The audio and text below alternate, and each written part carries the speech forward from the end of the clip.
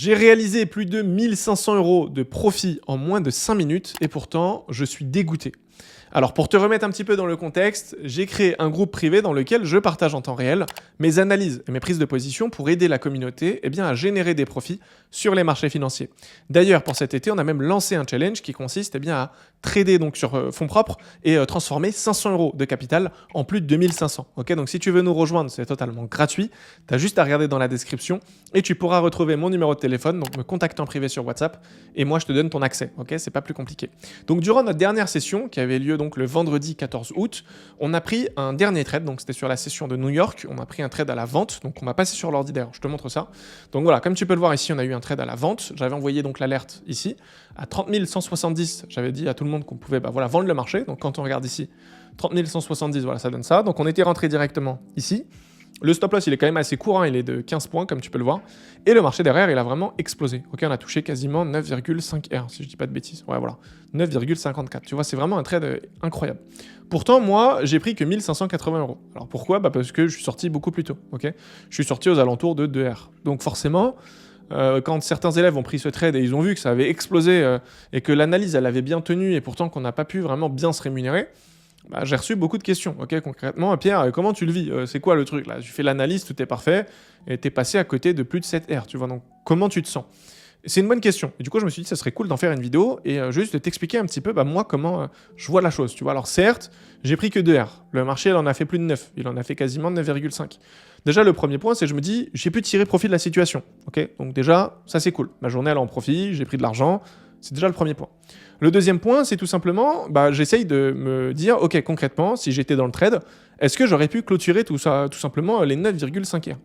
Eh bien, si je suis honnête avec moi-même, la réponse est non. Pourquoi ? Parce que moi, déjà, je suis assez agressif au niveau de mon management. Ça veut dire que quand j'ai un RR de 1 pour 1, je déplace mon stop loss, ok, qui était là, au point d'entrée, à break-even. Déjà, là, tu peux voir que le marché, il est remonté, il m'a sorti directement sur cette mèche, tu vois. Il m'aurait sorti à BE, déjà, si j'étais pas agressif.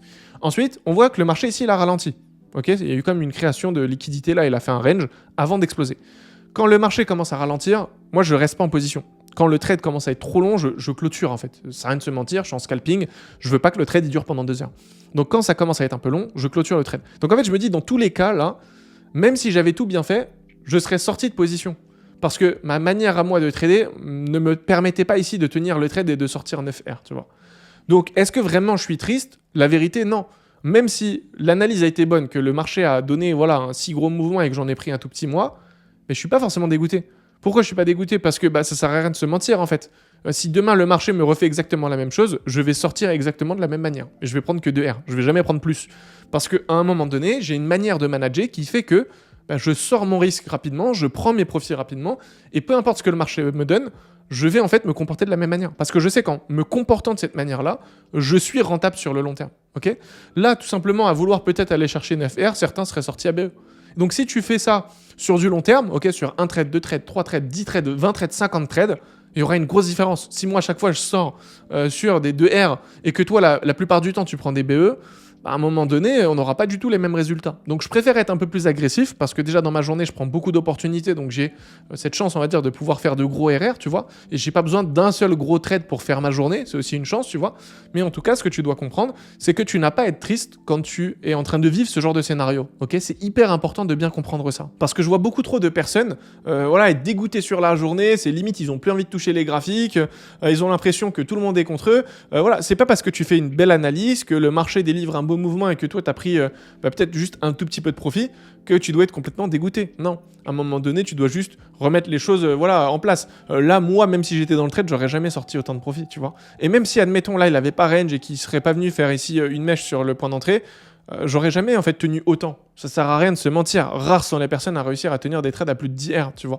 De manière générale, je clôture, tu vois. Même moi, de mon côté, je clôture aux alentours de 3 R, 4 R. Enfin, tu vois, ça sert à rien de se mentir, quoi.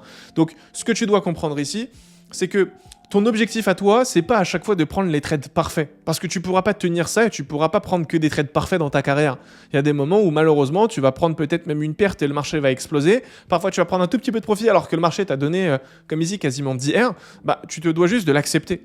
Et dans la mesure où tu n'es pas prêt à accepter ça, c'est là que tu vas faire des erreurs. Parce que après ce trade-là, tu vois, pour être honnête avec toi, j'ai un élève qui m'a contacté et qui m'a dit, écoute Pierre, j'ai vu que le trade il était en train d'exploser à la vente, on était sortis, moi j'étais frustré, donc j'ai voulu reprendre un trade à la vente. Et en fait, le problème, c'est quoi? C'est que, bah regarde, je vais te montrer, on va aller sur le graphique. Eh bien voilà, le marché, il s'est directement retourné. Tu vois, donc il a range, et ensuite il s'est retourné. Et du coup, cet élève-là, bah, il a tout simplement perdu de l'argent. Pourquoi? Parce qu'il est rentré derrière sur un scénario qui, pour nous, n'était pas valide. Une fois qu'il a injecté son mouvement, le marché n'a plus aucun intérêt, tu vois.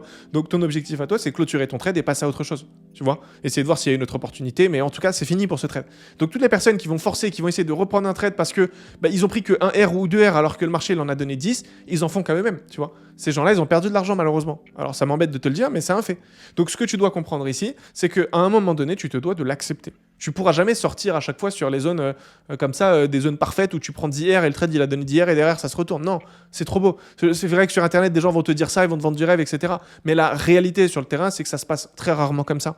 Si toi tu prends 1 R ou 2, oui, il est possible que derrière ça explose et ça en donne 5 ou 6. Mais c'est pas pour autant que tu dois être frustré. Au contraire, tu dois être content. Tu dois te dire que l'analyse elle a été bonne et que bah, tu as pu quand même te rémunérer. Ok, tu aurais pu très bien prendre une perte ici et le marché elle explose derrière. C'est encore plus frustrant. Donc en tout cas, tu dois prendre conscience de ça. Parce que si tu n'arrives pas à prendre conscience de ça, à un moment donné, sur le long terme, ça va bloquer d'un point de vue psychologique, tu vois. Donc fais vraiment attention à ça. N'hésite pas à chaque fois de toujours essayer de tirer un trade parfait. On sait très bien que c'est pas possible. Donc accepte un petit peu ce que le marché te donne. C'est comme ça. Dans tous les cas, tu peux rien changer.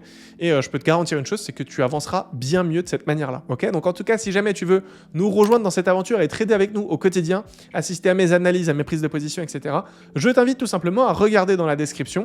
Tu pourras retrouver mon numéro de téléphone et tu pourras donc me contacter en privé sur WhatsApp pour récupérer ton accès. Je vais pas faire durer cette vidéo plus longtemps. En tout cas, j'espère qu'elle t'aura plu. On se dit donc à demain 17h pour une nouvelle vidéo. D'ici là, prends soin de toi. C'était Pierre. Ciao.